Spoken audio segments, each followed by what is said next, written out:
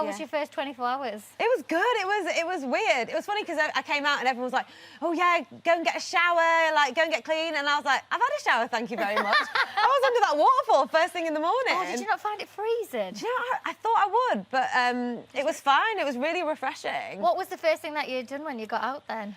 I went to that canteen and I had about 3 plates of food. Yeah. Yeah. You have to, don't you? Yeah, I was just like, bring it. And everyone was like, oh, you done? I was like, nope.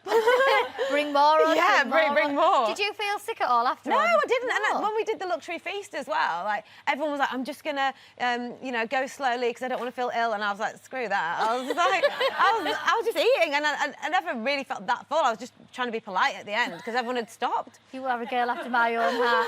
Now, before you went in, you said you didn't really have many survival skills. I particularly remember you saying that you didn't even put your own tent up at Glastonbury. I know, it's true. Do you feel like you're a proper jungle Jane now? Do you know, I kind of do.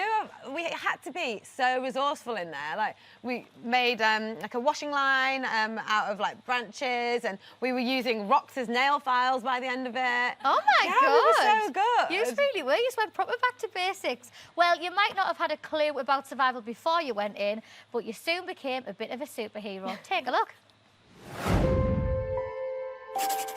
I feel so quiet in the group. So I'll go like 2 days without really even speaking.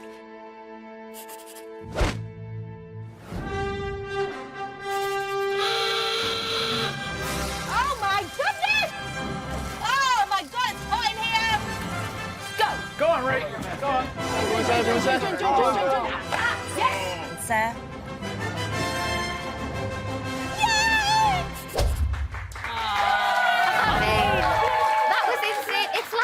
You sort of went into this different zone when you did the trials and challenges. I mean, I said from the beginning, I was like, don't give me anything where I have to think too much, where like I have to like work out some maths or work out some kind of quiz. I was like, just anything that I can just go in there and endure, I can probably handle that. I mean, what was going through your head here when you were dancing? Well, I think I was a bit cocky at the beginning. Do you think? When I was watching you, because, I mean, you must know by now that you sucking that cow tea is legendary. I might have heard a little thing or two about that. I had to eat a camel nipple when I was in there, and the gristly, and like, how did you just eat it so easily? Do you know what? I didn't, but at that point I was really struggling, and my mind was telling me you can do it, but my body was physically regurgitating it. I felt the lumps in my neck, and I think Dec could see as well, so he was a bit concerned. But and Malik was like, just think of that lovely dinner that we had, and I was like, no, don't, because the smell of that roast beef is like repeating on me, so I won't be able to have roast beef for ages now. We got to meet your lovely boyfriend Simon, Simon, and he said that actually you have travelled a little bit and experimented with food. Yeah. Was there anything weird that you did before the jungle? So I think I tried like crocodile and emu, but that was like over 10 years ago, and I don't remember it, and that was in a fancy restaurant. Yeah. That wasn't me cooking it it with like no seasoning, no salt and pepper at all. Like you said, you were one of the cooks, and Ricegate happened. Oh. It's a bit controversial because the campmates seem to feel like John was just holding all the rice and beans back.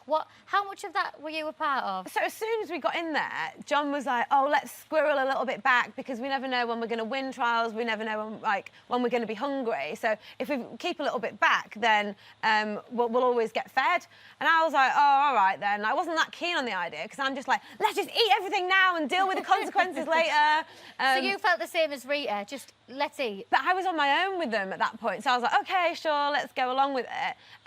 And then when the Snake Rock guys came in, at first they were really polite and they felt like they were stepping on our toes in our camp, and I really didn't want them to feel like that. But I think at one point Rita was just like, I've had enough, and she was like, we ate more in Snake Rock than we had in here. This is supposed to be the good camp.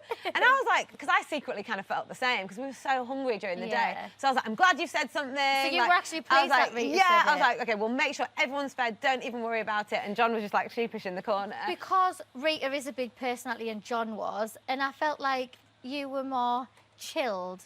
Who would you say was the most dominant character in there? Oh, I think Nick, Emily, John, they're all like really big personalities. Yeah, because I remember when you were having a little chat with Fleur, you were like washing up. You probably don't remember this, but I remember it. You were washing up and you said that you'd been quiet for like 2 days. Yeah. Do you think that you held a little bit back of yourself? Do you know, you can't factor in like the hunger. Like when I thought I was fine because I genuinely liked the rice and beans, especially when we did the crispy beans. So I thought I was all right, but when we had that cupcake on the last night, I felt like a different person, and I was just genuinely a lot more interested in everything and everyone, and I felt like I was involved a lot. But you never know how you're going to feel being that hungry, because at no point in your life are you ever as hungry as you are down there. I wasn't even like hungry at anyone. I just felt really like just not very motivated, I guess. It's zoned out. Yeah, a little bit. And but also, like, with the big personalities in there, like, I genuinely loved hearing their stories and what they were chatting about. And don't get me wrong, it is hard to pitch in because there's so many big voices. But I think I just realised quite early on that I don't need to like have my voice heard. Well, we love you being you anyway. You don't have to try and be a big personality. Do you think do you think there would be anything else that you would have done differently if you could go back in there? So when Malik went out, I thought that was me. I thought I would be the second person out. So after he left, like, I had a bit of a word with myself, and I was like, okay, this is your last full probably 24 hours in here. Like, what are you going to do differently? Because I don't want to have any regrets when I come out. And the first thing that came into my head was like, I've not worn my hat enough. So I just went over and like put my hat on, and I was like waltzing around, because I thought, actually, I've been myself, and maybe I have been quiet, but I haven't, you know, tried to do anything that isn't me and isn't like... And that's lovely that you can then come out and just say, I was completely me. I think that's wonderful.